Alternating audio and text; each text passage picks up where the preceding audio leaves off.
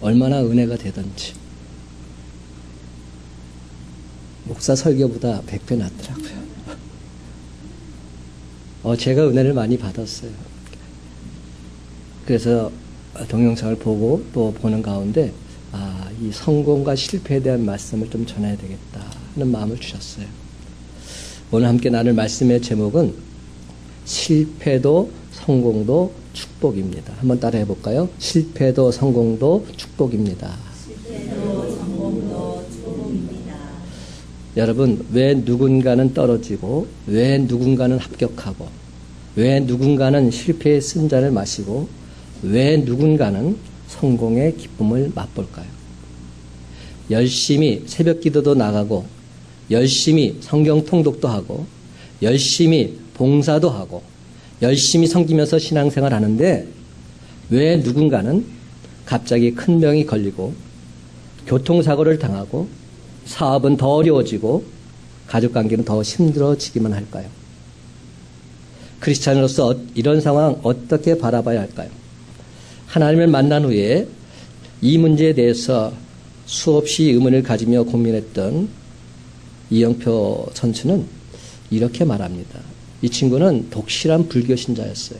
그리고 그러던 중에 예수님을 만나고 독실한 기독교 신자가 되었죠. 그 친구가 하는 말이 이렇습니다. 시간이 지나고 보니 어떤 사람들은 성공이라는 이름으로 인생을 시작하고 어떤 사람들은 실패라는 이름으로 인생을 시작합니다.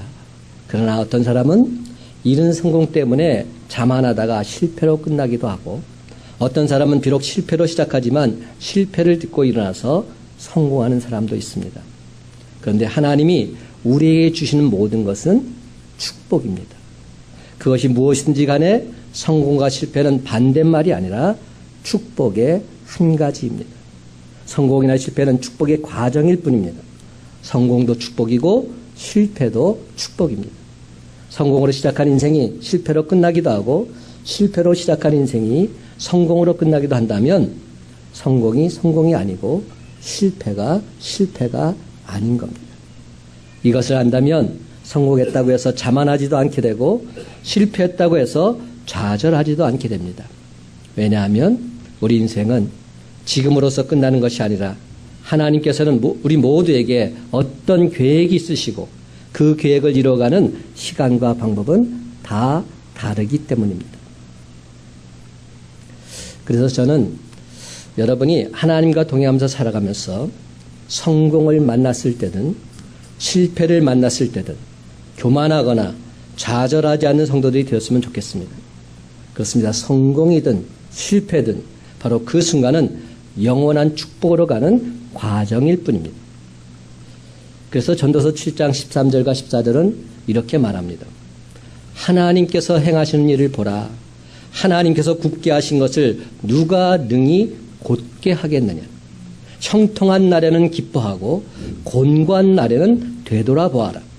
이 두 가지를 하나님이 병행하게 하사 사람이 그의 장래일을 능히 헤아려 알지 못하게 하셨느니라. 아멘입니다. 하나님께서 행하신 일을 보게 되면 우리는 하나님께 감사하지 않을 수 없습니다. 슬플 때든지 기쁜 때든지 언제 어떤 상을 만나든지 하나님의 섭리하심이다 믿는다면 우리는 승리할 수밖에 없습니다. 오늘 성경 로마서는 구원에 대한 메시지입니다. 여러분 그래서 신구약 성경을 통틀어서 구원에 대한 메시지를 확실하게 알기를 원한다면 로마서를 봐야 한다 말합니다. 그 믿음에 대한 분명한 메시지가 전해지고 있기 때문에. 여러분들 로마서 몇 장으로 되어 있죠? 총 몇 장입니까? 16장입니다. 근데 1장에서 11장까지는 구원의 교리에 대한 메시지가 담겨 있습니다. 참된 구원이 무엇인가? 믿음이란 과연 무엇인가? 그 메시지를 사도 바울이 일목요연하게 전해주고 있습니다. 12장부터 16장까지는 그렇다면 구원받는 자로서 어떻게 살아야 하는가? 구원의 실천에 대한 메시지가 기록되어 있습니다. 그래서 로마서를 보게 되면 확실한 믿음을 갖게 되고 우리의 삶 또한 달라질 수 있다는 것이죠. 그래서 우리가 성경을 보다 보면 로마서 1장부터 8장까지 정말로 귀한 말씀들로 가득 차 있습니다. 주옥 같은 말씀들, 여러분들이나 저나 참 좋아하는 말씀들이 1장에서 8장까지 많이 나옵니다. 왜냐하면 그 메시지는 나 개개인에 대한 구원의 메시지이기 때문에 어떻게 해야 진정 예수 믿고 구원받을 수 있는지를 분명히 알려주고 있기 때문에. 근데 여러분 로마서 읽다가 9장부터는 좀 달라집니다. 9장부터 11장까지는 어떤 내용으로 가득 차 있냐면 이스라엘 백성의 구원에 대한 메시지가 있습니다. 그래서 많은 사람들이 은혜 받고 말씀을 읽다가 9장부터는 뭐 이래? 갑자기 말씀이 달라지면서 읽고 싶은 마음을 상실하게 되죠. 그래서 로마서 중에서 가장 배척받는 부분이 9장에서 11장까지입니다. 오늘은 그 9장에서 11장까지 마지막 부분 제가 지금 전하고 있는 겁니다. 왜 사람들이 이 부분을 도외시할까요? 이스라엘의 구원은 나하고는 상관이 없다. 이런 생각을 갖고 있기 때문이죠. 그런데 여러분 구원의 절정이 바로 여기에 있습니다. 이스라엘의 구원은 곧 인류의 구원이기 때문에 그렇습니다. 이방인의 구원, 이스라엘의 구원 이 두 가지가 다 들어맞아야 역사의 마지막 때가 오는 겁니다. 구원의 완성이 오는 것이죠. 따라서 이스라엘 참으로 신비스러운 일입니다. 하나님은 이스라엘을 결단코 멸망시키지 않으십니다. 마지막 때 하나님은 이스라엘을 다시금 회복시키시고 찾으실 것입니다. 우리가 이방인을 자물쇠로 본다면 이스라엘은 열쇠와도 같습니다. 열쇠로 열어야 자물쇠가 열리는 것이죠. 그렇습니다. 여러분, 이스라엘의 구원 없이 이방인만 구원받지 못합니다. 이는 하나님의 뜻입니다. 하나님은 이방인을 구원하기 위해서 이스라엘을 실족하게 하시고 실패하게 하셨습니다. 그래서 이방인이 구원받았습니다. 그러할진데 그 실족하고 실패한 이스라엘 하나님이 버리시겠습니까? 아닙니다. 반드시 다시금 찾으실 것입니다. 이스라엘은 예수님께서 태어나시고 자라시고 기적을 베푸시고 죽으시고 부활하시고 승천하신 것입니다. 그런데 여러분 지금 그곳에 한번 가보십시오. 이스라엘에 예수 믿는 사람이 없습니다. 이스라엘에 예수 그리스도가 없습니다. 그들은 지금까지도 메시아를 배척하고 있습니다. 그렇다면 그토록 메시아를 배척하는 이스라엘 멸망해야 합니까? 아니지요. 이는 하나님께서 저와 여러분을 결단코 버리지 않으신 것과 똑같은 이치입니다.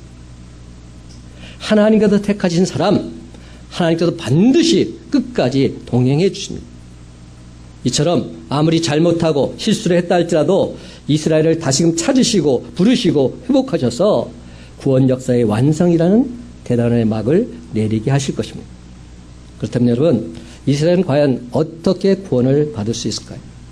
엘리야 시대에 하나님은 바알에게 무릎 꿇지 않은 자 7,000명을 남겨두셔서 하나님의 역사를 완성하셨습니다. 그렇다면 지금은 과연 누구를 통해서? 지금 비록 유대인이 예수를 믿지 않고 거부하고 있지만 하나님께서는 이방인의 남은 자들, 즉 성령 받은 저와 여러분을 통해서 이스라엘을 구원하고 회복시켜 주실 줄 믿으시기 바랍니다. 11절 말씀 함께 읽어볼까요? 11절입니다. 시작. 그러므로 내가 말하노니 그들이 넘어지기까지 실족하였느냐? 그럴 수 없느니라. 그들이 넘어짐으로 구원이 이방인에게 이르러 이스라엘로 희기 나게 하려 함이니라. 이 표현이 참 재미나지 않습니까? 지금 이스라엘은 실족했다. 사도 바울도 인정하고 있습니다. 그들은 종교적인 기득권, 불신앙, 불순종, 오만 때문에 메시아를 죽이고 말았습니다. 메시아를 환영하지도 영접하지 않았습니다. 실패한 겁니다. 한마디로 실족한 것이죠. 그런데 11절 자세히 보십시오. 그들이 넘어지기까지 실족하였느냐? 그럴 수 없느니라. 무슨 말입니까? 실패하긴 했는데, 실족하긴 했는데 그것이 끝이냐는 겁니다. 그것이 멸망이라는 겁니다. 그것이 패배냐는 겁니다. 아니라는 겁니다. 실족한 것은 분명하지만 망하기까지 실족한 것은 결단코 아니라는 겁니다. 사랑하는 성도 여러분, 저는 여러분 인생에 있어서 실패는 하나님을 떠나고 구원을 잃어버리는 그런 실패가 아니다 분명히 확신합니다. 예수를 믿다 보면 한순간 실패하고 실족하고 탕자가 될 때가 참으로 많습니다. 그러나 여러분, 그것 때문에 망하지는 않습니다. 여러분이 제가 하나님의 사랑보다 크지는 않기 때문이죠. 여러분이 제 아무리 진홍같이 붉은 죄를 지었다 할지라도 그 죄가 하나님의 사랑 능가할 수는 없습니다. 하나님의 사랑은 여러분을 반드시 구원하고야 말 것이기 때문에. 그렇습니다, 여러분. 이스라엘이 지금 발을 잘못 디뎌서 넘어졌습니다. 그렇다면 이 넘어진 것이 망한 겁니까? 하나님께서 저들을 버리신 겁니까? 아닙니다. 이는 마치 도미노 현상과 같다 저는 말씀드리고 싶어요. TV에서 그런 장면들 봤잖아요. 도미노 현상. 도미노 현상이 뭐죠? 하나를 탁 건드리면 나머지가 줄줄이 다 넘어지는 그런 장면을 도미노 현상이라고 말하죠. 이것이 맨 처음에는 부정적인 의미로 나왔다고 합니다. 가장 핵심되는 한 사람을 탁 건드리면 그것이 다 악화가 양화를 구축한다고 다 넘어지게 되는 그런 안타까운 현상을 도미노 현상이라고 말합니다.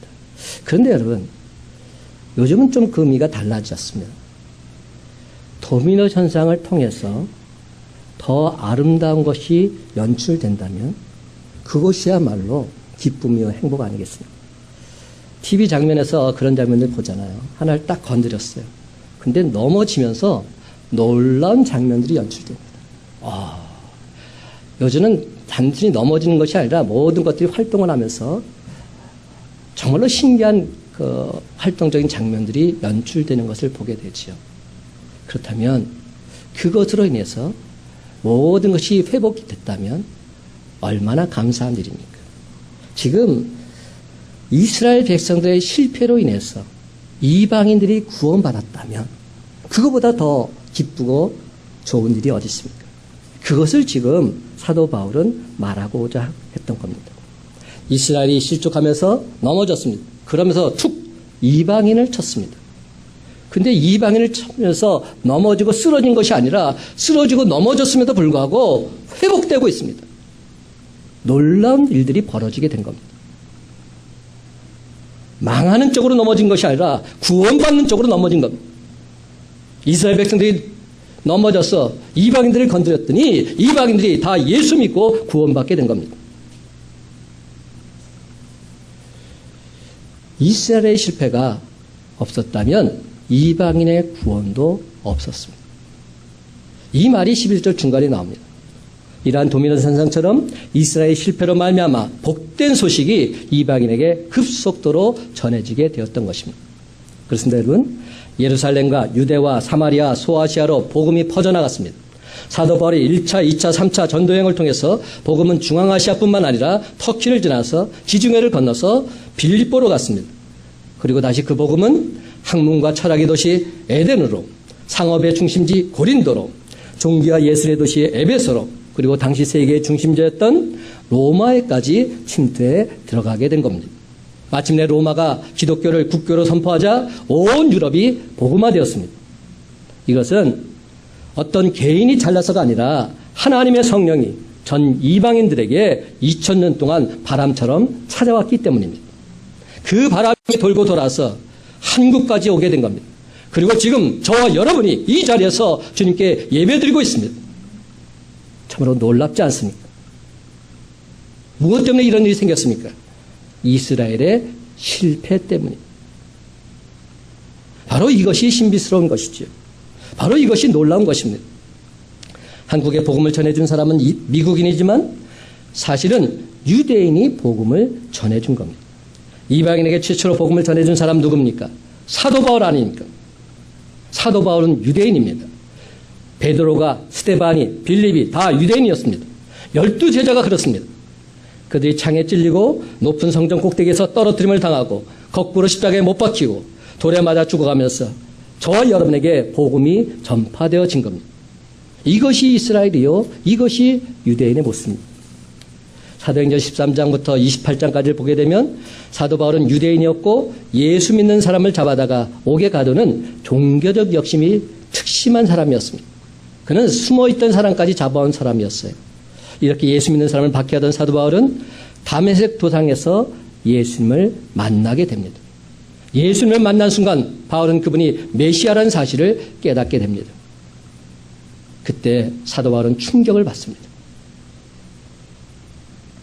그리고는 자기의 모든 과거를 다 배설물로 여기고서 그는 고독하고 외로운 전도자가 되겠노라 결단을 합니다. 그리고 1차, 2차, 3차 전도여행을 통해서 예수가 메시아라는 사실을 온 세상에 전하기 시작합니다.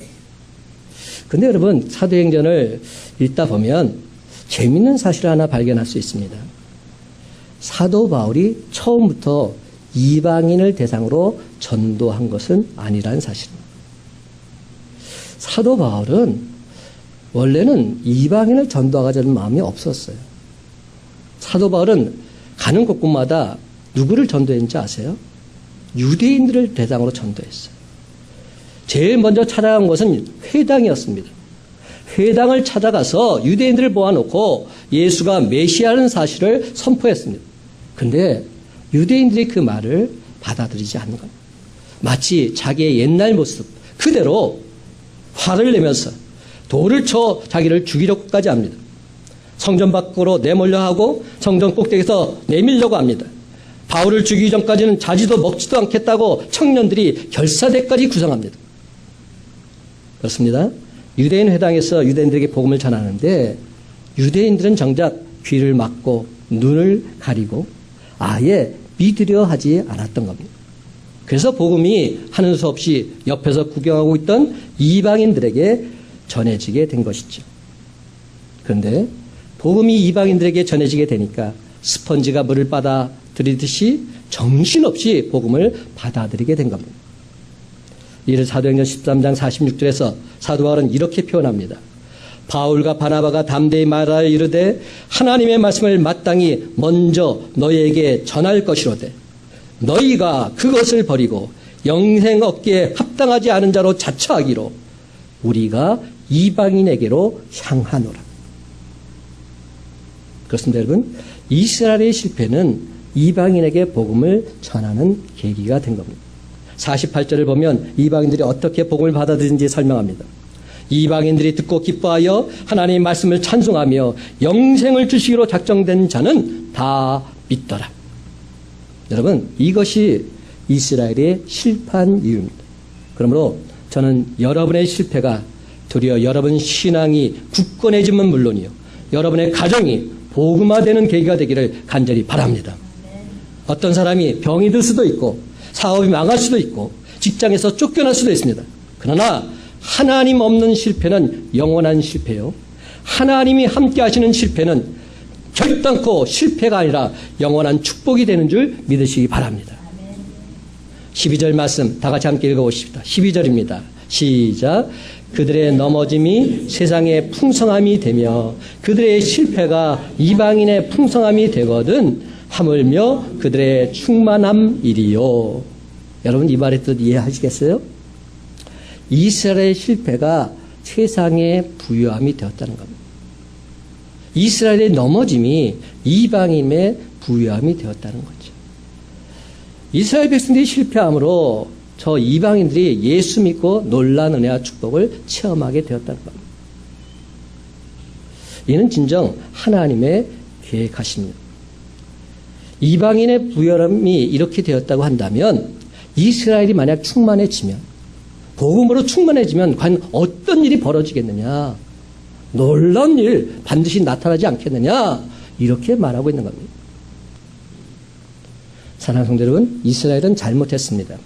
그러나 하나님은 이스라엘을 사랑하십니다.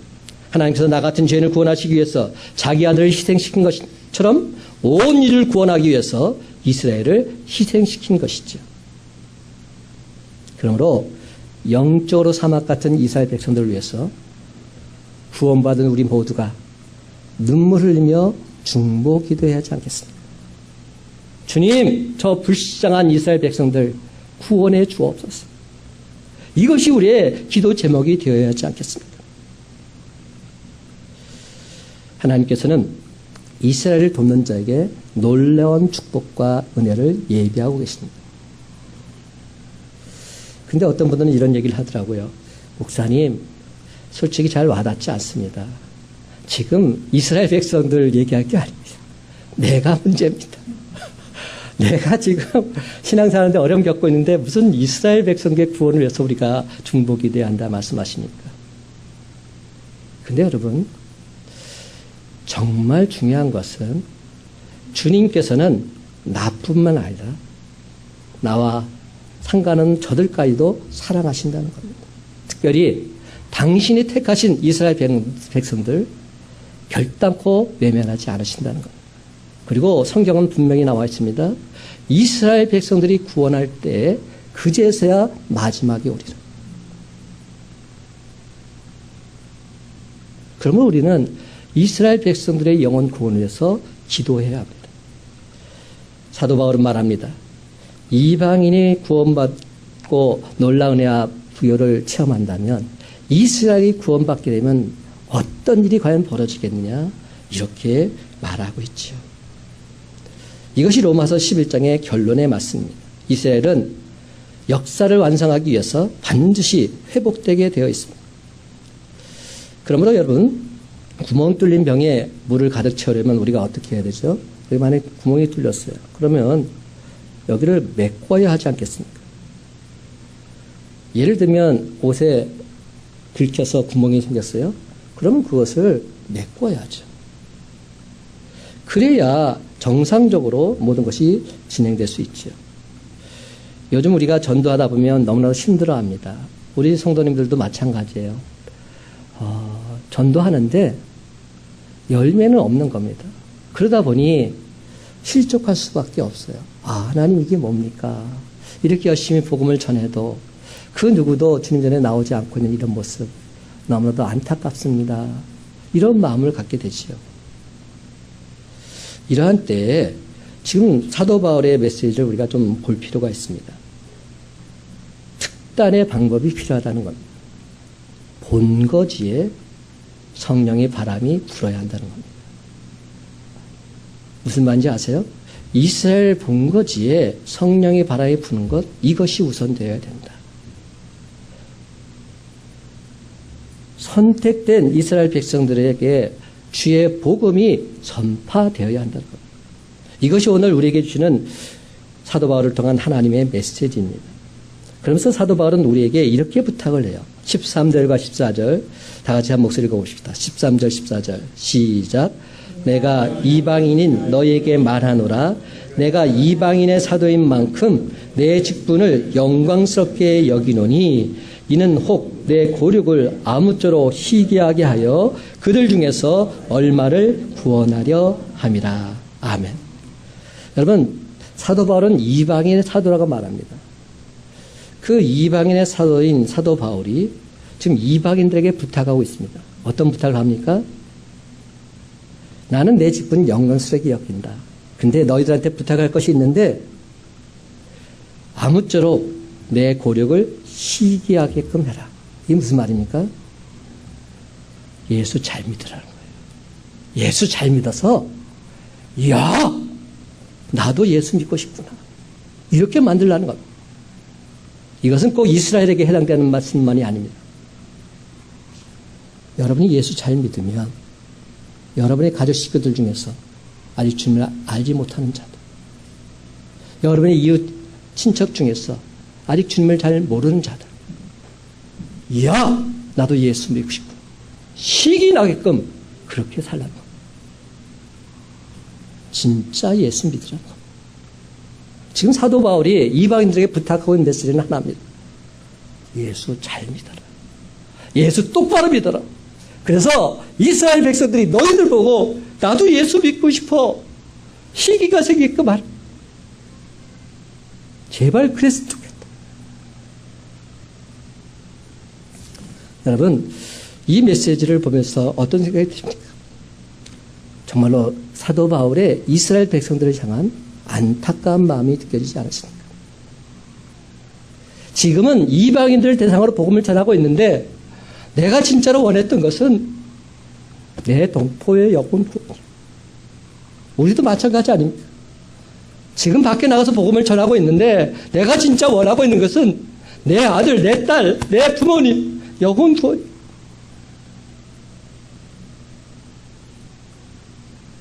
그러려면 예수 잘 믿으라는 겁니다. 안 믿는 사람들로 하여금 희길하게끔 하라는 겁니다. 이것이 진정 전도의 열쇠라는 것이죠.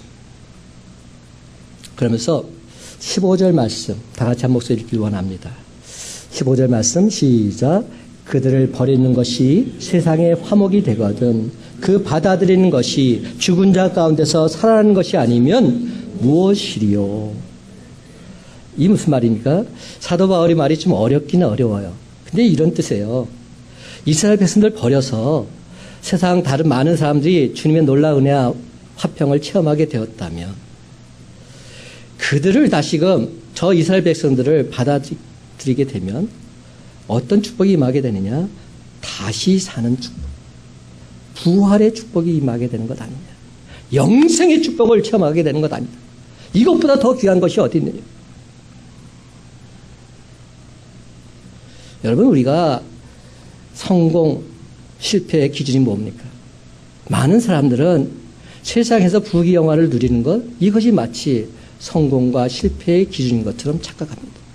근데 주님께서 말씀하시는 성공과 실패의 기준은 다릅니다. 예수 믿고 구원 받았느냐 그렇지 못하느냐 바로 이겁니다. 이스라엘 백성들이 다시금 예수님을 영접하고 구원받으면 그들에게 영원한 하늘나라가 예비되어 있는데 부활의 기쁨과 감격을 누리며 살아가는데 이보다 더한 축복이 어디 있겠느냐. 이 말씀을 전하고 있는 겁니다. 그런데 세상 사람들 마치 이 세상의 삶이 전부인 것처럼 그렇게 생각합니다. 영생의 소망이 없기에 이 세상에서 성공하고자 물불 안 가리고 혈안이 되어 있습니다. 하지만 저와 여러분은 하나님의 전적인 은혜로 이미 당신의 자녀가 되는 특권을 부여받은 자들입니다. 지금 당장 눈앞에 보이는 실패도 성공도 모든 것이 다 하나님께서 예비하신 축복의 과정인 줄 믿고 나아가시기 바랍니다.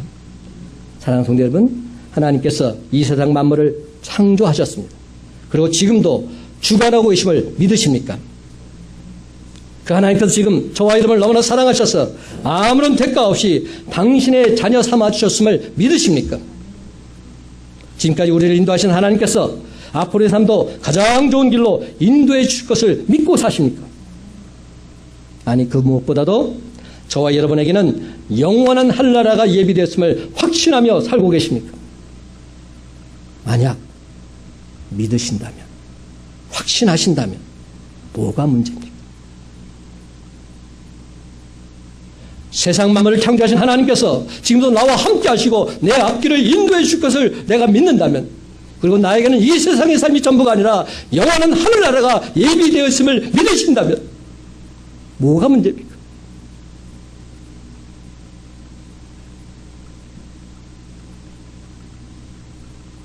아무런 상관이 없습니다. 문제될 것이 없습니다. 내가 믿지 못하고 있는 것, 이게 문제인 겁니다. 그러므로 사도 바울이 오늘 메시지에서 전하고 싶은 가장 핵심은 이겁니다. 하나님의 주권, 하나님의 섭리하심을 인정하고 살아라. 세상 만물을 주관하신 분이 하나님이시고 세상 만물을 섭리하신 분이 하나님이심을 믿고 살아라. 그러면 문제될 것이 없다. 우리 인생의 모든 것을 다 주님께 맡기고 힘차게 주님을 따라갈 때 저와 여러분에게는 최후 승리만이 있게 될 줄 믿으시기 바랍니다. 우리를 사랑하신 주님 결단코 실패 가운데 그냥 그대로 내버려 두지 않으십니다. 반드시 승리하게 해주십니다. 하나님은 창조주시요 나는 피조물입니다. 하나님은 주인이시요 나는 종입니다. 하나님은 왕이시요 나는 백성입니다. 하나님 나의 목자이시요 나는 그분의 양입니다. 다윗은 노래합니다. 여호와는 나의 목자시니 내게 부족함이 없으리로다. 그렇습니다. 그 어떠한 경우에도 전혀 흔들리지 않고 하나님과 나 사이의 영적인 관계를 온전히 지켜나갈 때 저와 여러분의 승리는 확실하게 보장되어 있는 줄 믿으시기 바랍니다. 복음 전파자 사도 바울을 보면 참으로 놀랍기 그지없습니다. 다메섹 도상에서 예수님을 만난 후에 그는 한 번도 실패한 적이 없습니다. 어떻게 그럴 수 있었을까? 여러분, 우리가 예수 믿고 구원받아 신앙생활 하는데 넘어지고 쓰러진 적 참 많잖아요. 근데 사도 바울의 고백 속에는 그런 게 없어요. 어떻게 하면 사도 바울처럼 이렇게 흔들리지 않는 신앙을 유지할 수 있을까? 그는 이렇게 신앙을 고백합니다.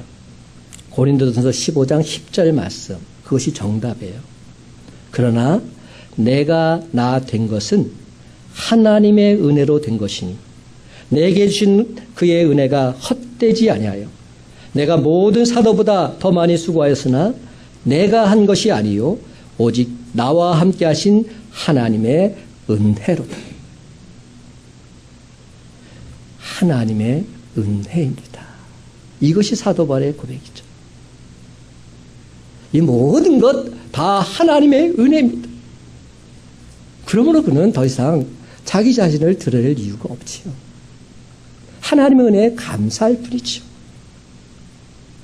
그렇습니다. 그는 늘 하나님의 은혜에 감사하면서 무슨 일을 만나든지 겸손한 마음으로 하나님의 행하심에 순종하고 있습니다. 이것이 그가 늘 항상 실패를 두려워하지 않고 성공할 수 있었던 비결이라 할 수 있습니다. 사랑하는 성도 여러분, 지금까지 성공하셨습니까? 그렇다면 하나님의 은혜인 줄 알고 감사드리시기 바랍니다. 더더욱 겸손한 마음으로 하나님의 주권 온전히 인정하고 순종하시기 바랍니다. 그러면 하나님께서 더 크신 은혜와 축복 허락해 주실 줄로 믿습니다. 그런데 혹여라도 지금까지 계속 실패만 거듭하셨습니까? 실패가 끝이 아닙니다. 마지막이 아닙니다. 하나님께서 예비하신 패자 부활전이 있게 됨을 기억하시기 바랍니다. 하나님께서는 반드시 승리할 때까지 우리를 일으켜 주십니다. 반드시 승리할 때까지, 최후 승리를 얻을 때까지 우리를 다시금 일으켜 주십니다. 그러므로 무엇 때문에 내가 실패했는지 기도하면서 하나님께 물으시고 하나님과의 관계 회복을 통해서 다시 하나님 말씀에 온전히 순종하며 나아가시기 바랍니다. 그러면 여호와 니시 하나님으로 말미암아 실패를 넘어서 세상에 줄 수 없는 참된 기쁨을 맛보며 반드시 승리의 길로 나아가게 될 줄로 믿습니다. 그러므로 다시금 말씀드립니다. 지금 당장 실패냐 성공이냐 이것 중요하지 않습니다. 중요한 게 뭡니까? 주님이 지금 나와 함께 하시느냐 그렇지 않느냐 이게 문제입니다. 주님이 함께 하신다면 문제될 것이 없습니다. 걱정할 것이 없습니다. 지금 당장 눈에 보이는 것이 실패처럼 보인다 할지라도 그 주님께서 성공으로 이끌어 가실 것이기 때문에 승리하게 해주실 것이기 때문에 그것은 결단코 실패가 아닌 것이지 영원한 축복으로 가는 지름길입니다. 이제 말씀을 했습니다. 사랑하는 성도 여러분, 성공도 실패도 다 하나님께서 예비하신 축복으로 가는 과정임을 깨달아 알아서 주님과 함께 이 험한 세상 넉넉히 헤쳐나가시기 바랍니다. 그렇습니다. 여러분, 그 어떠한 경우에도 임마누엘 주님으로 말미암아 항상 기뻐하며 쉬지 말고 기도하고 범사에 감사드리면서 복된 주의 소식을 선포하며 증가하며 살아가는 저와 여러분의 삶이 다 되시기를 예수님의 이름으로 간절히 축원합니다.